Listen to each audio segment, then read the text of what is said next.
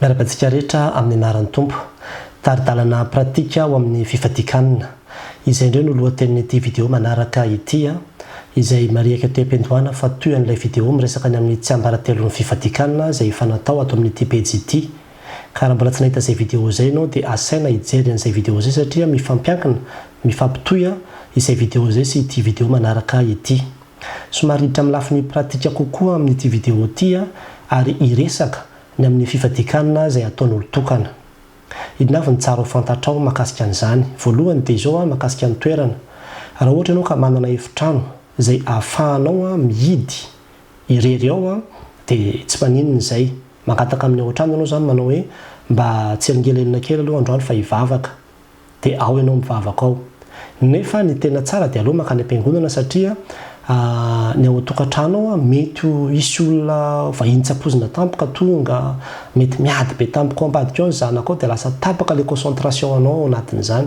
Fa aleo mijery fiangonana. Tsy mifidy fiangonana fa izay fiangonana misokatra dia azo hivavahana daholo. Miresaka amin'ilay mpiandro fiangonana fotsiny manao hoe mba somary hivavaka kely ato aloha androany dia ao no manatanteraka an'iny satria milamina ao sady mangina ihany koa. Ny zavatra faharoa dia mahakasika ilay fotoana. Ny fifadikanana dia tsy voatery ho ray andro fa afaka ny roa andro mihoatra an'izay koa aza.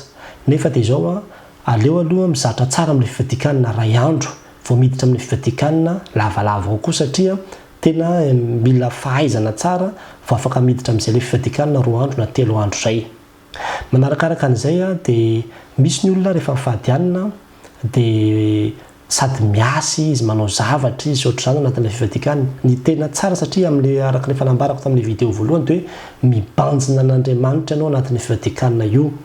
Ny tena tsara dia tena manokana fotoana mihitsy ho an'Andriamanitra.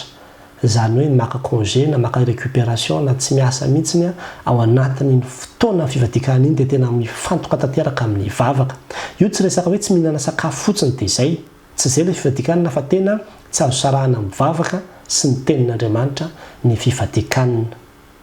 Ny zavatra manaraka an'izay mahakasika ny sakafo, mandritra mialoha ary aoriana.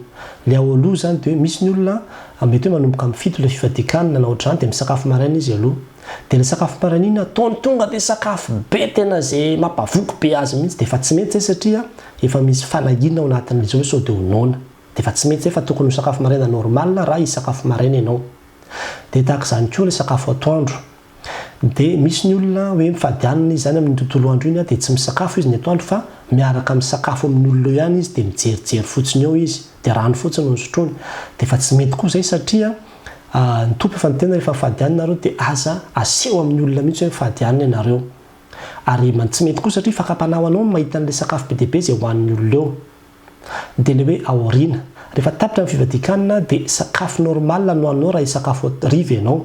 Fa tsy hoe manao sakafo ampitoloha be ianao satria reraka ianao hoe avy nifadianana dia manao sakafo be mihitsy. Tsy mety koa izay satria manjary ohatran'ny hoe nirécupérenao tamin'ilay hariva daholo ilay sakafo rehetrarehetra. Dia tahaka ny hoe tsy nifadianana ihany ianao fa nohaninao ny hariva daholo fotsiny ihany ilay izy. Ny zavatra tsara ho fantatsika koa dia mahakasika ny sakafo ihany dia ny hoe azo atao tsara mihitsy raha ilay fifadikanana ray andro no atao ny misotro rano na tsy misotro rano. Fa raha vao fifadikanana mihoatra ny ray andro dia tena tsara raha misotro rano. Ny zavatra tsara ho fantatsika koa mahakasika an'ilay sakafo ihany satria fifadikanana moa no resahana dia miresaka sakafo maromaro tsika dia ny hoe azo atao tsara ny hoe fifadikanana tonga dia tsy misakafo maraina, tsy misakafo atoandro, tsy misakafo hariva fa tonga dia ny pitsony mihitsy vao misakafo. Azo atao koa nefa ny hoe misakafo maraina ianao fa tsy misakafo atoandro. Dia avy eo koa nefa misakafo hariva ihany. Izany hoe sakafo atoandro ihany izany tsy nohaninao. Azo atao koa nefa ny hoe sady tsy misakafo maraina ianao no tsy misakafo atoandro fa ilay sakafo hariva ihany no nohaninao. Izany hoe ianao no mahafantatra sy mahita azy ao fa amin'ny fifadikanana azy dia tokony izy hanina tsy hohaninao kosa aloha ao anatin'ilay izy. Ny zavatra manaraka izay tsara ho fantatsika dia mahakasika an'ilay hoe amin'ny fifadikanana azy dia fifantohana amin'Andriamanitra, fibanjinana an'Andriamanitra araka ny fanambarako tamin'ilay vidéo voalohany. Dikan'izany dia izao izay zavatra rehetra mety hanelinkelina anao tsy ahafahanao mifantoka amin'Andriamanitra dia esory daholo. Ao anatin'izany ohatra ny finday, ny telefônina izay mety hanenoneno dia azonao vonoina mihitsy. Toy izany koa ny réseaux sociaux samihafa tena hoe hifantoka amin'Andriamanitra ianao izany amin'io fotoana io anatrika an'Andriamanitra, hitady hiverina amin'Andriamanitra amin'io fotoana fifadikanana io. dia iresaka amin'izay mahakasika hoe inona avy moa zany tokony atao ao anatin'ilay fivatikanina satria iny no tena tsy fantatry ny olona hoe tsisy pastera mitarika izy dia inona no ataony ao anatin'ilay fivatikanina raha izy rery no hivady hanina. Tena be dia be ny zavatra azo atao anatin'ny fotoana ny fivatikanina io. Voalohany aloha dia ny vavaka. Ny vavaka zany dia misy karazany be dia be zany vavaka zany. Misy ny vavaka fangatahana ny fanahy masina aloha voalohany indrindra tena ataovy mba ny fanahy masina no hitarika anao satria tsy fantatsika eo izy ny tena loatra izay vavaka totony ataontsika fa ny fanahy masina no mitarena amin'ny fitarenana tsy azo tononona eo anatrehan'Andriamanitra ao antsika zany hoe angatao ny fanahy masina hitarika anao anatin'ilay fivatikanina dia mangataka ihany koa dia misaotra ihany koa ny denan'Andriamanitra mifona mangataka ary ny fangatahana ara dia tena be dia be na fifonana ara dia afaka mifona ho an'ny tenanao, mifona ho an'ny ankonana, mifona ho an'ny firenena, mifona ho an'ny fiangonana. Ny fangatahana dia fangatahana ho an'ny ankonana, fangatahana zany hoe afaka misy dimension be dia be ohatran'izany koa ilay izy. Fa raha ohatra moa ka hoe misy zavatra manokana mihitsy tianao hitondrana mibavaka hoe hivadiana hanina dia iny zany ny tena hifatohan'ny sujet rehetrarehetra amin'ilay vavaka sy ny zavatra rehetra izay ataonao ao anatin'izay. Dia azo atao koa ny mihira. Tena mihira, na mihira mivoaka amin'ny vava, na mihira any amin'ny fonao, na mihira moramora eo dia ny hira dia hiram-pivavahana daholo ny hiraina ao anatin'ny fotoana fivatikanina io. Dia azo atao tsara ny hoe raha misy MP3 na misy CD na misy ohatran'izany enonao ao anatin'ilay fotoana fivatikanina dia tsy maninona mihitsy azonao enona izy dia mihira miaraka amin'ilay izy eo ianao. Azo atao tsara koa nefa ny hoe ao anatin'ny fotoana fivatikanina io dia mijery film ianao, film kristianina, film évangélique.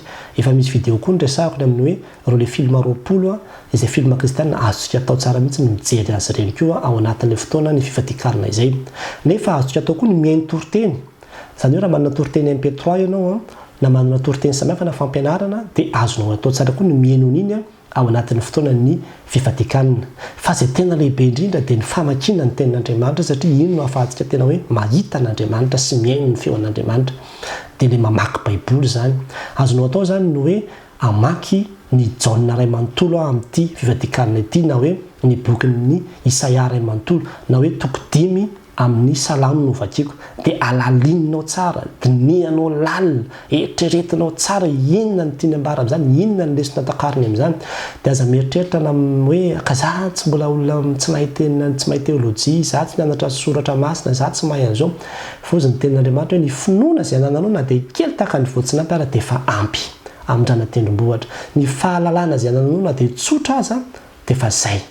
Ampy izay Andriamanitra manampy anao ao anatin'izany rehetrarehetra fa aza matahotra mihitsy fa dinio zany izay azo atao. Dia tena azo atao tsara koa ankoatran'ilay fandiniana soratra masina sy ny fandiniana tenin'Andriamanitra teo ny mandiny tena.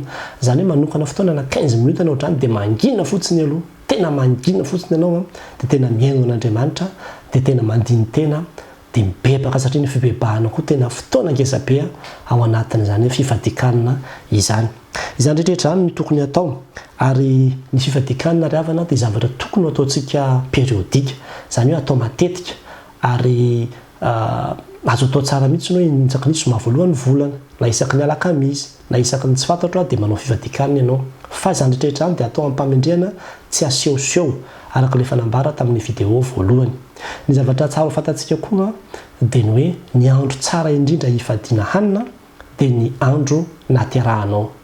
Izany hoe raha mahavita an'izay sakrifisy izay anao amin'ny andro anniversaire anao hoe tena hivady hanina hoe tena nantona ny tompo hibanjina an'Andriamanitra, hisaotra hifaly amin'ity andro ity hiaraka amin'Andriamanitra dia izay ny tena andro tsara indrindra. Izay ny tena tsara indrindra andro hivadiana hanina ary misy antony be dia be matoa amin'ny teny izay fa noho ny amin'ny fotoana moa dia tsy afaka tena hivalapatra ny amin'izay fa io fotoana ny andro naterahanao no fotoana sarobidy indrindra amin'ny fiainanao noho izany raha tokanao an'Andriamanitra tena hoe hiarahanao amin'Andriamanitra io fotoana io dia tena sambatra ianao ao anatin'izany.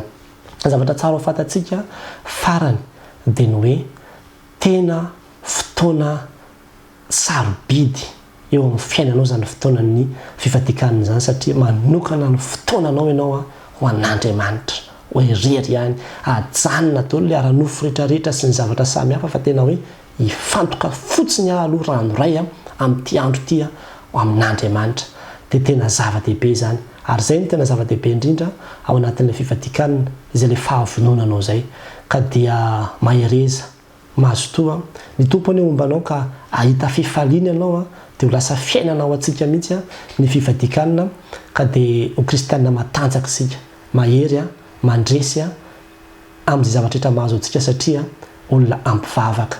Dia raha nahasoanao izay video izay dia zarao ho an'Andriamanitra ny voninahitra. Amen.